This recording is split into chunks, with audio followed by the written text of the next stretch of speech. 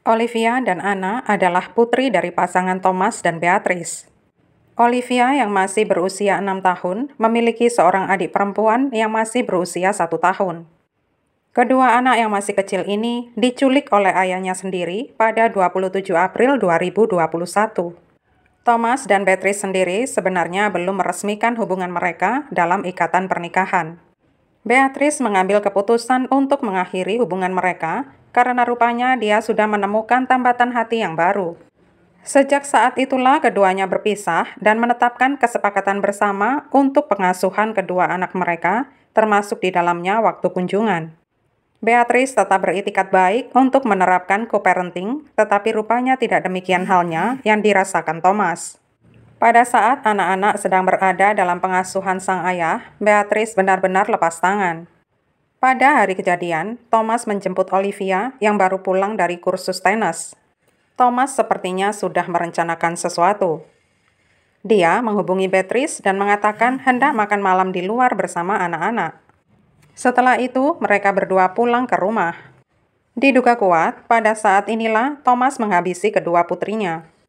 Kemudian, dia mengambil kedua mayat putrinya, memasukkannya ke dalam mobil, dan membawanya ke rumah orang tuanya untuk mengambil perlengkapan tanpa sepengetahuan mereka.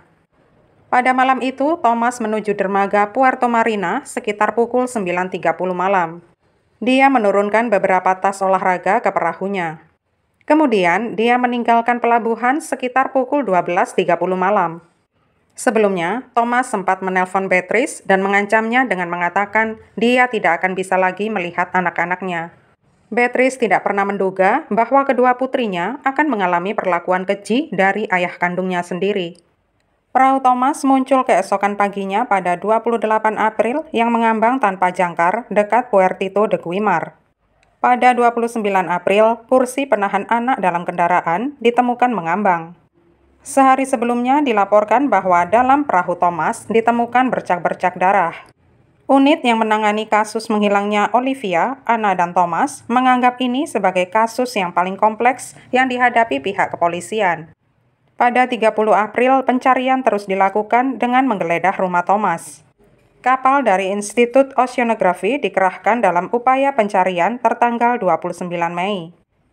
Kapal tersebut berhasil menemukan sebuah tangki oksigen dan juga duvet cover milik Thomas di bawah air pada 8 Juni. Temuan ini akhirnya memperpanjang keberadaan kapal di perairan bernama Canary setidaknya sampai 15 Juni. Setelah pencarian dilakukan selama sebulan, akhirnya kapal oseanografi tersebut menghentikan upaya pencarian jenazah, baik itu Anna, Olivia maupun ayahnya. Berdasarkan laporan di lapangan, disimpulkan bahwa banyaknya parit dan celah bawah air mempersulit upaya eksplorasi para ahli dan petugas. Kapal oseanografi dilengkapi dengan sonar pemindaian, samping, dan robot tak berawak yang tergabung dalam pencarian kedua anak itu sebulan lalu. Beberapa hari setelah melakukannya, kapal menemukan beberapa objek di laut dengan kedalaman beberapa ratus meter. Objek tersebut adalah tabung udara terkompresi dan kain berwarna pink dan marun yang ternyata terbukti merupakan barang-barang milik Thomas. Setelah 45 hari proses pencarian, akhirnya pada 10 Juni 2021 ditemukan sebuah tas yang menyembul dari kedalaman 1000 meter di dasar laut dan sekitar 3 mil dari pantai. Ternyata isi tas tersebut adalah jenazah Olivia yang berusia 6 tahun. Mayat anak ini ditemukan di lepas pantai ibu kota pulau itu. Jenazah Olivia dimasukkan ke dalam tas olahraga yang diberi pemberat berupa jangkar perahu milik Thomas. Perahunya ditemukan beberapa jam setelah menghilang dalam kondisi terapung dan kosong. Di sebelah tas tersebut ada satu lagi tas dengan bentuk yang hampir mirip yang diduga digunakan oleh sang ayah untuk memasukkan jenazah anaknya yang masih kecil yang berusia 1 tahun yaitu Anna. Tetapi tas kedua ditemukan dengan resleting yang rusak dan tasnya kosong. Tas tersebut ditemukan di kedalaman hampir 900 meter. Setelah penemuan itu, tidak ada petunjuk baru lagi. Barulah di sebuah tempat yang lebih terpencil ditemukan 2 tabung oksigen lain lagi.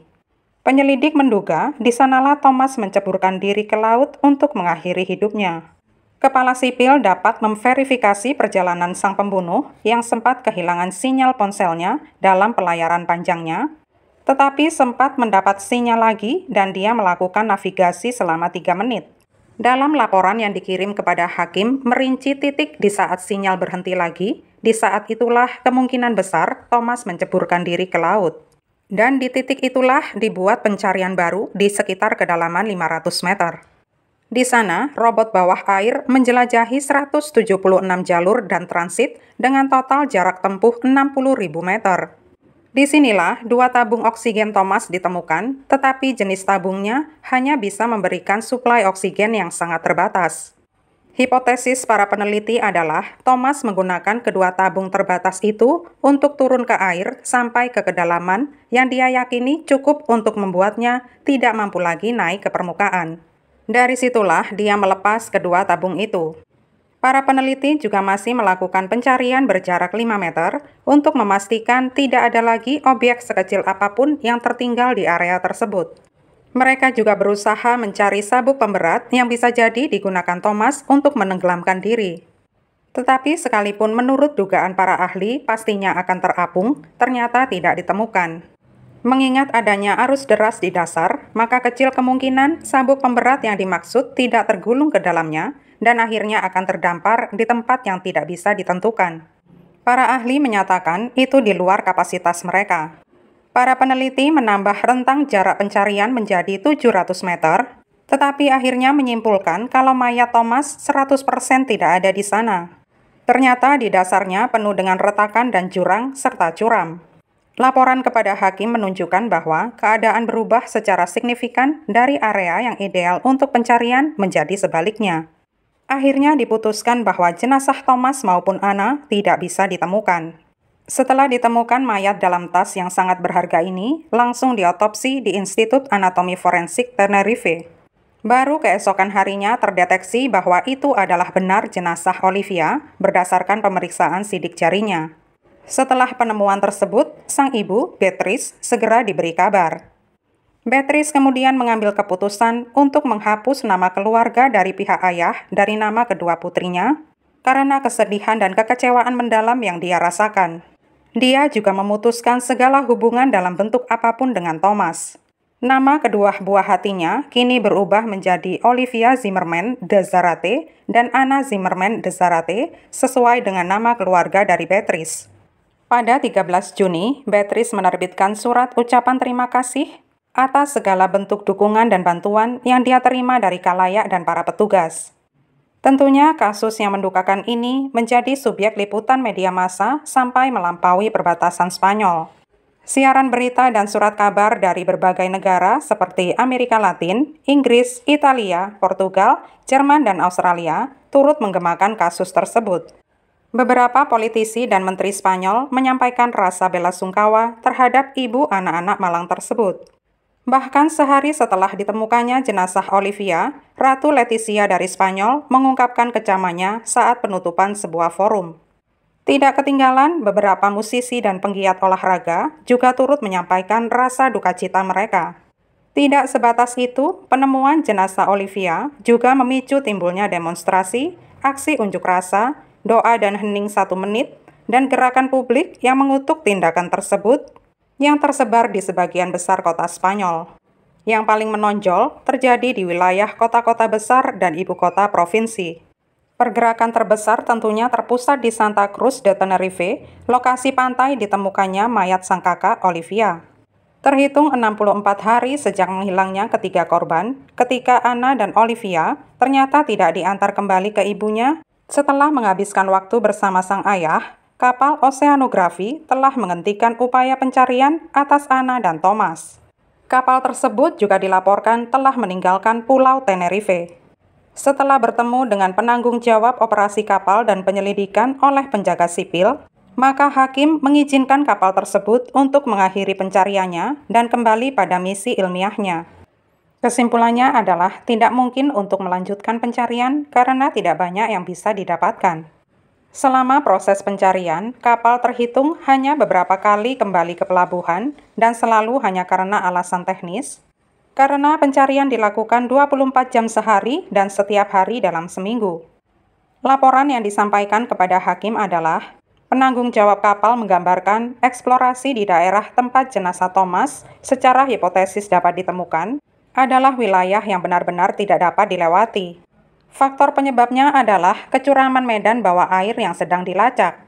Ditambah lagi dengan arus bawah air yang deras yang tidak memungkinkan bagi tim untuk memastikan bisa menemukan jenazah, didukung dengan fakta bahwa sekalipun penyelam digantungi pemberat, maka dikhawatirkan akan tergulung arus dan mustahil bisa mencapai tempat yang bahkan belum bisa dipastikan.